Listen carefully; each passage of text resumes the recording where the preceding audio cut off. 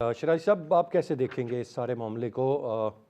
Do you agree with the fact कि वो गड्ढे में गिरे हुए हैं, या एक और दिलचस्प एंगल इस सारे मामले को देखने का शराज साहब ये भी है कि इतने नंबर ऑफ़ केसेस, वो एक ही दफ़ा जो 9 मई का वाक़या हो गया, जब वो कुछ वक्त के लिए वो गिरफ़्तार हुए या मेहमान बने, गिरफ़्तार भी शायद उसको ना कहा जाए, अदरवाइज़ वो बिल्कुल फ्रीली सारी चीज़ें, केसेस बेतहाशा हैं, लेकिन उनको पकड़ा नहीं जा सकता, पकड़े नहीं वो गए किसी भी मामले पे। और ये तोशाखाना भी करते करते अब it's been more than a year, लेकिन ये फिर अभी केस काबिल समात भी है या नहीं, अभी तक बात यहीं पे फंसी हुई। देखिए, मेरे ख्याल में जो तोशाखाना से मुताल्लिक़ केस है, इसके हवाले से बहुत सारे सवालात ज़रूर हैं जिनके जवाब मिलने चाहिए।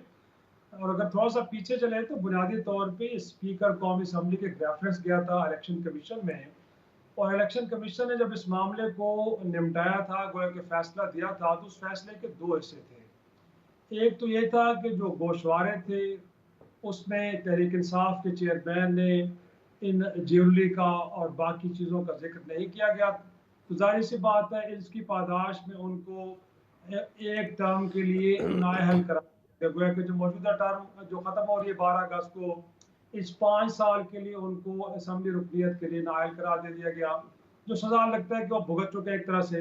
लेकिन दूसरा हिस्सा जो था इस फैसले का, वो था फौजदारी मुकदमा कायम करने से मुताल्लिक। और आपको याद होगा, उसके बाद वफाकी काबीना ने इसकी बाकायदा अप्रूवल दी, और उसके बाद एडिशनल सेशन जज की अदालत में ये मुकदमा दायर हुआ। उसके बाद से प्रोसीडिंग चल रही है। अब तहरीक इंसाफ के चेयरमैन का जो मौक़िफ़ ये है कि उनके खिलाफ ये कोई फौजदारी मुकदमा नहीं बनता। उन्होंने कोई एक किस्म का कोई क्रिमिनल कंडक्ट नहीं किया कि जिसकी बुनियाद पर उनके खिलाफ ये मुकदमा चलाया जाए। और आज मेरे ख्याल में इसी को लेके जो एक दरख्वास्त लेके गए हैं कि बुनियादी तौर पे ये केस मेंटेनेबल ही नहीं है, गोया कि ये फौजदारी मुकदमा बनता ही नहीं है। और इससे पहले जैसे हसन रज़ा पाशा साहब भी कह रहे थे कि जज साहब ने बड़ी उजलत में इस केस को सुना, और उसके बाद उन्होंने एक फैसला दिया, इसको मेंटेनेबल करार दिया। अब हाई कोर्ट ने उनको इस हद तक रिलीफ ज़रूर दिया है कि अदालत इसको बड़े इत्मीनान से सुने, और अगर चेयरमैन तहरीक इंसाफ के वकला के दलाइल में कुछ ऐसी बातें सामने आती हैं कि जिससे इस्टेब्लिश होता है कि ये केस मेंटेनेबल नहीं है, तो फिर फैसला उस अंदाज में किया जाए।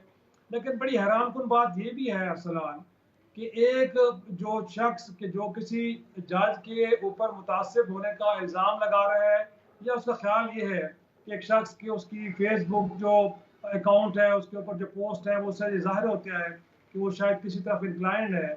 तो अमूमन हमने देखा है कि इस मुल्क में अदालतों के अंदर जब कोई शख्स किसी अदालत के ऊपर अदम एतमाद का इजहार करे, तो इन लोअर कोर्ट्स के अंदर जज साहबान खुद ही वो केस किसी दूसरी अदालत में मुंतकिल कर देते हैं। लेकिन यहाँ पे सूरत हाल मुख्तलिफ है, गोया कि जज साहब डटे हुए कि उन्होंने ही इस केस को सुनना है।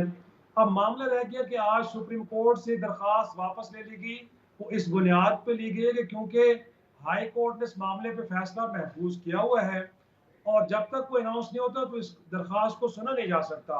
तो मेरा ख्याल है, मुझे लगता है कि तहरीक इंसाफ अब मंडे को या कल अगर हो सकता है कि सुप्रीम कोर्ट में जाए, और मेरे ख्याल में वो हाई कोर्ट के इस फैसले पे भी एतराज़ करेंगे।